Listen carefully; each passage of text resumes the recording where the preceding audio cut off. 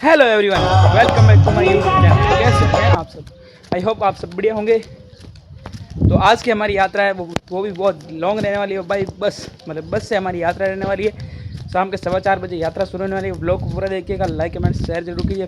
YouTube पर subscribe, Facebook पर follow. और आज हम जाने वाले ऐसे मंदिर पे जहाँ के पर्चे दूर दूर तक फैले हुए हैं। उनके आज जागरण है और बहुत ही पर्चा आपको दिखाने वाला है। तो पूरा ब्लॉग को देखिएगा और हमारी बस जर्नी को एंजॉय कीजिए। तो बाइक पर बैठकर मैं, पापा और दादाजी तीनों निकल जाते हैं भोपालगढ़ की तरफ, क्योंकि आज हमें लॉन्ग जर्नी के लिए जाना है। तो पापा हमें छोड़ने के लिए आ रहे हैं और फाइनली निकल जाते हैं भोपालगढ़ की तरफ। और अब मेरे व्लॉग को पूरा देखिएगा, सपोर्ट कीजिएगा।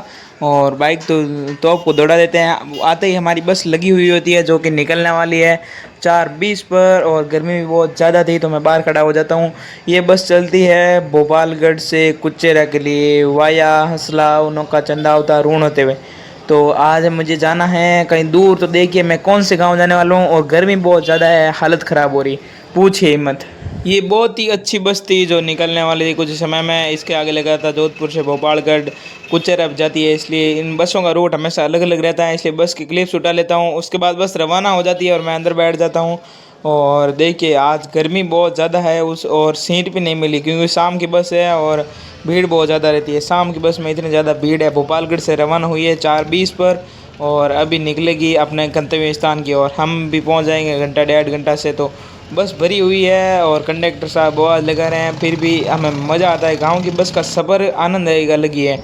तो बाहर का नज़ारा देखिए आप, कितना खूबसूरत सा हो रखा है। बारिश का मौसम हो रखा है, अभी तक बारिश नहीं हुई लेकिन बारिश का मौसम हो रखा है। बाहर फसलें हैं जो हरियाली से छाई हुई है और बस चल रही है 80 से 80 और पहुंच जाती है फाइनली।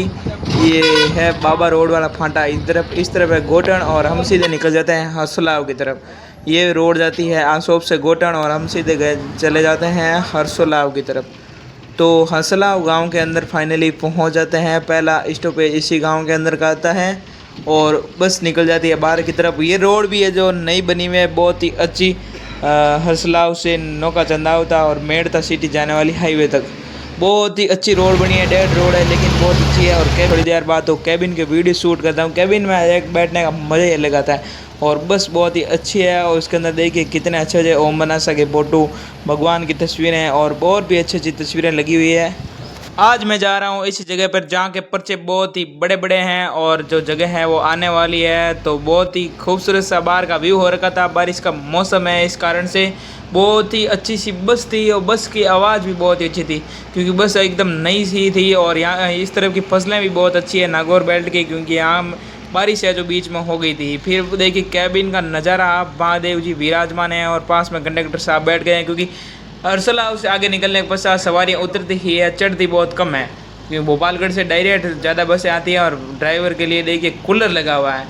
तो गर्मी भी है और लेकिन मौसम और जो बाहर का व्यू है वो आज बहुत ही खतरनाक है। और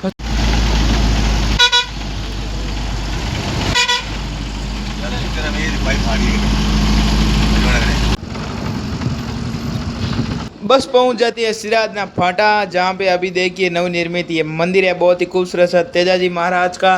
तो यहाँ से मेड़ता सिटी वाली रोड पे चढ़ जाती है। ये रोड है नागौर से मेड़ता सिटी, मूंडवा से होते हुए रून और बाद में जाती है मेड़ता सिटी। तो हम चले जाते हैं कुचेरा की तरफ और फाइनली रून गांव के अंदर एंटर कर जाते हैं। रून गांव भी बहुत ही बड़ा है। रून गांव के अंदर बहुत ही ज़्यादा भीड़ थी और यह बस चलती है भोपालगढ़ से कुचेरा वाया हरसोलाव, नौका चंदावता, रून, खजवाना कुछ चलती है। और उतरते ही मैं निकल पड़ता हूँ और हमें दिख जाता है यहाँ पर लग रहा मेला, क्योंकि कल है यहाँ पर मेला और रात्रि में जागरण होने वाली है बहुत ही बड़ी। तो यहाँ देखिए तैयारियाँ चल रही है और इसका व्लॉग जल्दी अपलोड करने वाला हूँ।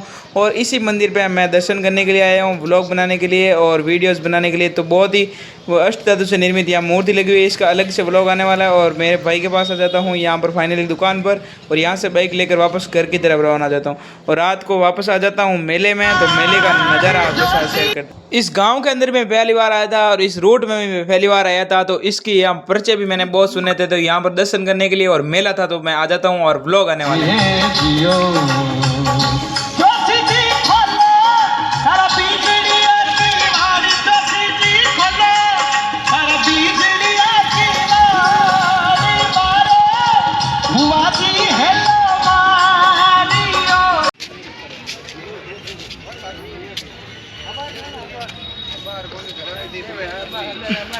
भोमे जी का खूबसूरत सा तालाब जिसके ऊपर करोड़ों की लागत से पुल बनाया हुआ है। और देखिए लाइटिंग का नज़ारा, आप चारों तरफ लाइटिंग की इतनी खूबसूरत, इतना ज़्यादा पेड़ लगा के।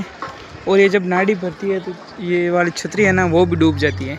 इस यहाँ एक बार हुआ है 2-3 साल पहले, इतनी ज़्यादा बरसात हुई, लेकिन अब की बार बरसात नहीं हो रही है। और ये देखिए नाड़ी पूरी लगभग बहुत कम पानी है, लेकिन इसका नज़ारा बड़ा खूबसूरत है। अगर बारिश हुई होती तो इससे भी अच्छा वो नज़ारा जो हमें देखने को मिलता है। और उधर भोमे जी महाराज की प्रतिमा लगी हुई वो देखिए, जूम करके बताता हूँ, और बाकी वहाँ जाकर भी हम देखेंगे।